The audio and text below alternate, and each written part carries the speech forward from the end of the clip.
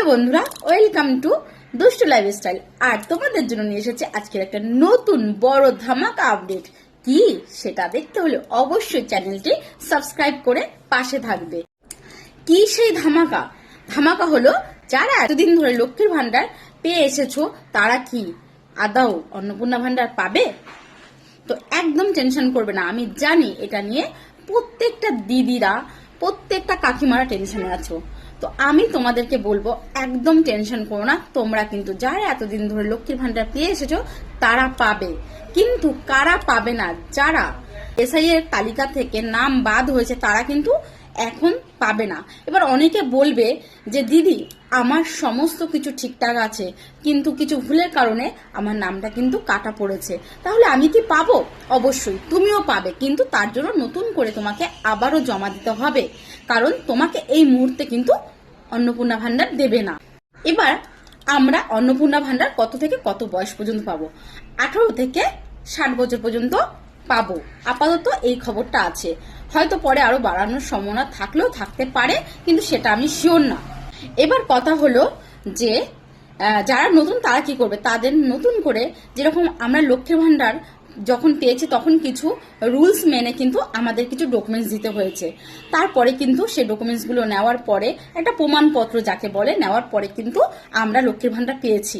ঠিক সেরকমই অন্নপূর্ণা ভান্ডারও কিন্তু তাই করতে হবে, কিছু ডকুমেন্টস তোমাদের দিতে হবে। এবার কি কি দিতে হবে? তোমার কিন্তু অবশ্যই আই কার্ড বা আধার কার্ড এটা থাকতেই হবে, এবং সেটা কিন্তু দেখিয়ে তোমাকে কিন্তু অন্নপূর্ণা ভান্ডার পেতে হবে। যারা নিয়ম মতো লক্ষ্মীর ভান্ডার পেতে এবং তোমাদের এসআইআর এর পরও তোমাদের তালিকায় নাম আছে, তোমরা কিন্তু জুন মাসের 1 তারিখ থেকে তোমরা অন্নপূর্ণা ভান্ডার পেয়ে যাবে। এই নিয়ে তোমরা একদমই চিন্তা করবে না, কিন্তু লক্ষ্মীর ভান্ডার থেকে অন্নপূর্ণা ভান্ডারে চেঞ্জ করতে হবে। এবার বলবে দিদি, তাহলে এই মাসে কি আমরা পাবো না? না, এই মাসে কথা এখন আমি জানতে পারিনি, কারণ এই মাসে কিন্তু তোমরা সবাই জানো আমাদের পুরাতন সরকার চেঞ্জ করে নতুন সরকার আমাদের কিন্তু পশ্চিমবঙ্গে গঠন হয়েছে, যেহেতু তাই কিন্তু তাদের কাজ শুরু করতে একটু সময় লাগছে। তাই এই মাসে তারা দেবে কিনা সেটা আমি বলতে পারবো না। তবে জুন মাস থেকে আমার কাছে যে বড় আপডেট এসেছে সেখান থেকে আমি জানতে পারি যে জুন মাসের 1 তারিখের পর থেকে কিন্তু তোমাদের অন্নপূর্ণা ভান্ডার ঢুকে যাবে, যারা নিয়ম মতো লক্ষ্মীর ভান্ডার পেতে এবং এসআইআর থেকে নাম যাদের বাদ হয়নি। কথাগুলো কিন্তু ভালো করে মন দিয়ে শুনবে। এবার কারা পাবে না? প্রথমত কথা বলছি, যারা আমাদের পশ্চিমবঙ্গের বাসিন্দা না, বিশেষ করে আমাদের ভারতবর্ষের বা পশ্চিমবঙ্গের বাসিন্দা না, তারা কিন্তু একদমই অন্নপূর্ণা ভান্ডার পাবে না। অন্নপূর্ণা ভান্ডার পেতে হলে কিন্তু তাদের যথাযথভাবে প্রমাণ দিতে হবে সেই রাজ্যের নাগরিক, তারপরে হয়েছে তাকে আধার কার্ড এবং আই কার্ড কিন্তু প্রমাণ সহ দেখাতে হবে। আরো কারা কারা পাবে না সেটাও আমি তোমাদের কাছে বলবো। সেটা হলো, যারা সরকারি কর্মজীবী তারা কিন্তু পাবে না অন্নপূর্ণা ভান্ডার। আমরা কিন্তু সরকার থেকে একসাথে দুটো প্রকল্প নিতে পারি না। চাকরি করব আবার আমি ভাতাও পাবে, এটা কিন্তু একসাথে হবে না। যারা যেসব মহিলারা, বিশেষ করে যেসব দিদিরা কাকিমারা চাকরি করছেন তারা কিন্তু এই ভাতাটা পাবেন না। আরো বলছি, যারা কিন্তু যেসব মহিলারা কিন্তু ট্যাক্স দিচ্ছেন তারাও কিন্তু পাবেন না, কারণ ট্যাক্স কখন সরকারকে দেয়? ট্যাক্স তখনই দেয় তার কাছে প্রচুর অর্থ থাকলে, তবেই সে সরকারিভাবে ট্যাক্স দেয়। তার সরকার তখন বুঝে যাবে আপনি যখন ট্যাক্স দিচ্ছেন তাহলে আপনাকে ভাতাটা দেওয়া হবে না। আপনারা অনেকটাই টেনশনে ছিলেন, তার জন্যই কিন্তু আজকের আমি এত বড় একটা আপডেট নিয়ে তোমাদের কাছে চলে এসেছি।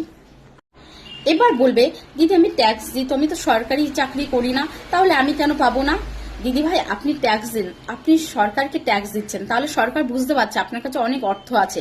আর এই ভাতা নামক বস্তুটা কিন্তু গরিবদের জন্য, কোনো বড়লোকদের জন্য নয়।